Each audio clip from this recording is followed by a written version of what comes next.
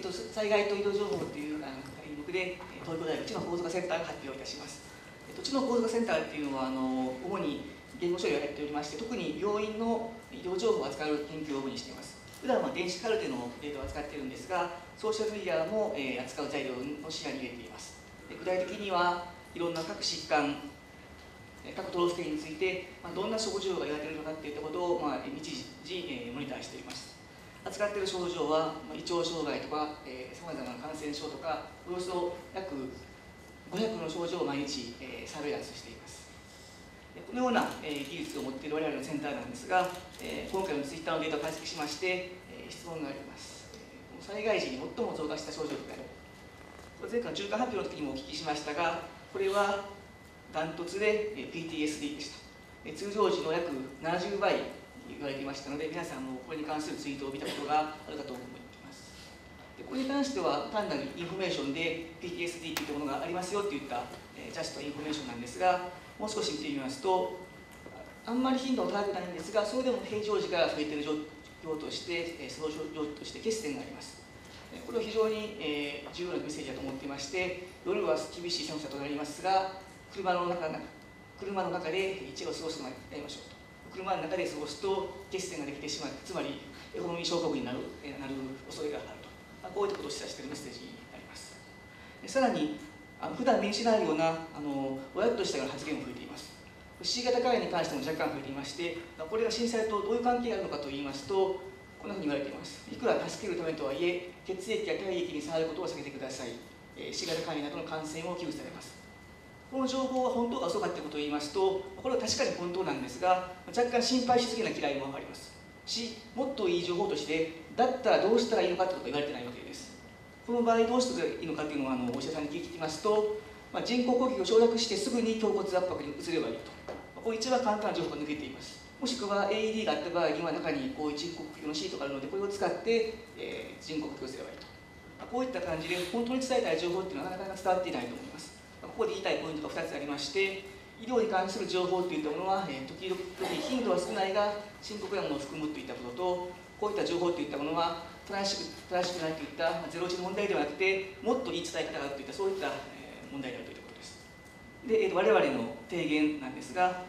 こういった流言やいろんな情報、訂正情報をクラウド化してはどうかというふうに思っています。どういったことかといいますと、どんな情報に関してももっといい情報、最新の情報や訂正といったものが出てきます。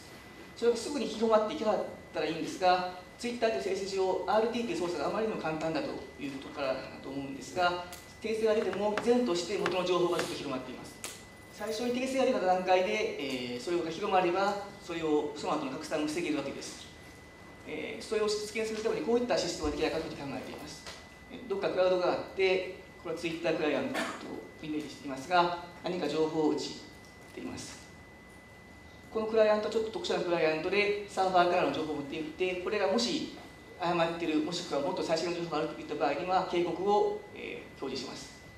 それでも無視して送信しようとした場合には、何人の人がこの情報を誤っていると言いますが、それでも送信しますかと。こういったストップ予防手段があればいいのではないかというふうに思っています。これを実現するためには、どこかで API として大量に今の最新の流言情報を持っておかないといけません。そういったサイトも我々は作っています。これは岡野原さんにもありましたけど、平常時動かさないとダメだと思ってますので、常に今も動いている状態です。このサイトを見ていただければ見れると思います。ただ今平常時ですので、現状で一番大きいツイートは、マクドで飲料水のサービスが廃止したといったものが今トップですが、これ普段からでもキャッチしていれば災害時に役立つかと思っています。しかしここまでは我々の力でできたんですが、これを利用してくださるようなクライアントソフトがないと全く役に立ちません。こういった API を使って実装してくださる方を募集しています。ありがとうございました。はい、ありがとうございました。セキュリティソフトのね、が大体インターセプトして、大体こういう、ある意味の余計なおせっかいみたいなことになるかもしれないけど、やっぱりそういう、仕組みを提供していると思うんです。それからもちろんクライアントのユーザーインターフェースの方にこういうものを組み込んでいくってあるオーソリティと、あるいはデータ、集めたデータと、リスクを、ウォーニングを出すっていうのは、やっぱまさに今のビヘイビアとしてはセキュリティソフトウェアがやってることに近いと思うんですよ。だからセキュリティソフトウェア会社と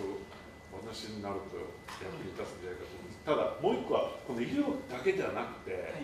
やっぱりその、今日すごい何度も話題になってるけど、やっぱりこの、いろいろな怪しい情報が流通するっていうことをウォーニングを出すっていう、つまり訂正があって、このメカニズムっていうのはもうちょっと総合的に作るべきだなという気もしました。京都大学の小山と申します。医療情報なんかだとツイートの総数から言うとかなり少ないと思うんですけども、その少ない中でこういうその訂正情報っていうのを見つけるっていうのはどうなんでしょうか。大丈夫なんですか。訂正情報が1件でもあればコンピューター引っかかりますので、そういった一番早い段階ですぐキックオフできるというのが一番いいところだと思っています。つまりコンピューターだったら砂の中でもなんか小さいものを見つけるというふうなことがいるかなと思っています。ありがとうございました。はい、ありがとうございました。